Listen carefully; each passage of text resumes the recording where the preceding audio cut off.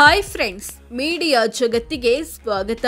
Friends, RCB ಸಂಭ್ರಮಾಚರಣೆ ವೇಳೆ ಸಂಭವಿಸಿದ ಭೀಕರ ಕಾಲ್ತುಳಿತದಲ್ಲಿ ಮೃತಪಟ್ಟವರ ಕುಟುಂಬ ಹೇಗಿದೆ? ತಂದೆ ತಾಯಿ ಏನು ಕೆಲಸ ಮಾಡ್ತಾರೆ? ಬಡವರು ಯಾರು, ಶ್ರೀಮಂತರು ಯಾರು ಅನ್ನೋದನ್ನ ಈ ವಿಡಿಯೋದಲ್ಲಿ ತೋರಿಸ್ತೀವಿ. ಕೊನೆವರೆಗೂ ನೋಡಿ.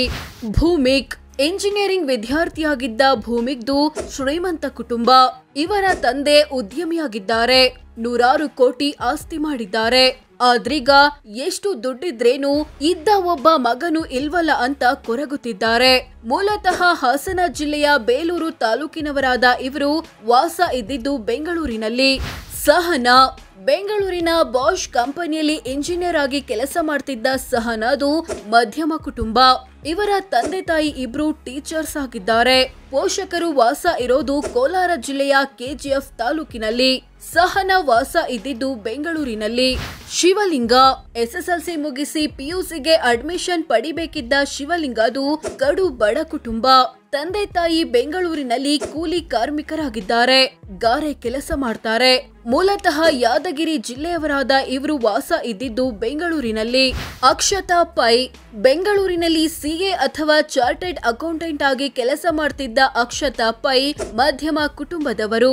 1 ವರ್ಷದ ಹಿಂದೆಯಷ್ಟೇ ಮದುವೆಯಾಗಿದ್ರು. ಗಂಡ ಕೂಡ ಬೆಂಗಳೂರಿನ ಕಂಪನಿಯೊಂದರಲ್ಲಿ ಕೆಲಸ ಮಾಡ್ತಿದ್ದಾರೆ. ಮೂಲತಃ ದಕ್ಷಿಣ ಕನ್ನಡ ಜಿಲ್ಲೆಯವರಾದ ಅಕ್ಷತಾರನ್ನ ಮದುವೆ ಮಾಡಿಕೊಟ್ಟಿದ್ದು ಉತ್ತರ ಕನ್ನಡದ ಸಿದ್ದಾಪುರಕ್ಕೆ. ಕೆಲಸದ ನಿಮಿತ್ತ ವಾಸ ಇದ್ದಿದ್ದು ಬೆಂಗಳೂರಿನಲ್ಲಿ.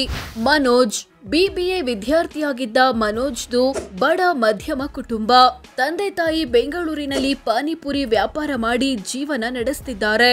ಮೂಲತಃ ತುಮಕೂರು ಜಿಲ್ಲೆ ಕುಣಿಗಲ್ ತಾಲೂಕಿನವರಾದ ಇವರು ಬೆಂಗಳೂರಿನಲ್ಲಿ ವಾಸವಿದ್ರು.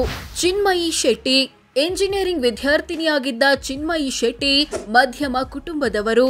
ಇವರ ತಂದೆ ಚಿಕ್ಕದೊಂದು ಕಂಪನಿಯಲ್ಲಿ ಮ್ಯಾನೇಜರ್ ಆಗಿದ್ದಾರೆ.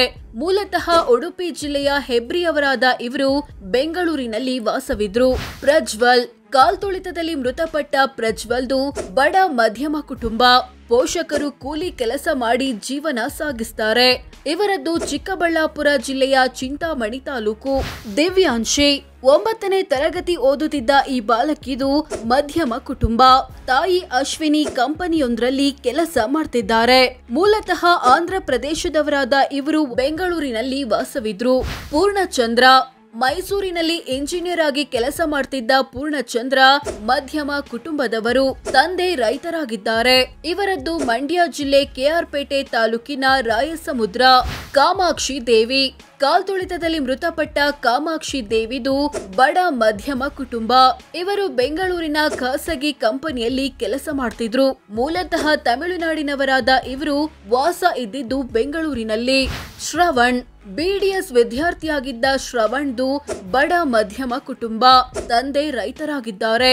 ಪೋಷಕರು ಇರೋದು ಚಿಕ್ಕಬಳ್ಳಾಪುರ ಜಿಲ್ಲೆಯಲ್ಲಿ. ಶ್ರವಣ್ ಬೆಂಗಳೂರಿನಲ್ಲಿ ಓದ್ತಿದ್ರಿಂದ ಅಲ್ಲೇ ವಾಸವಿದ್ದ.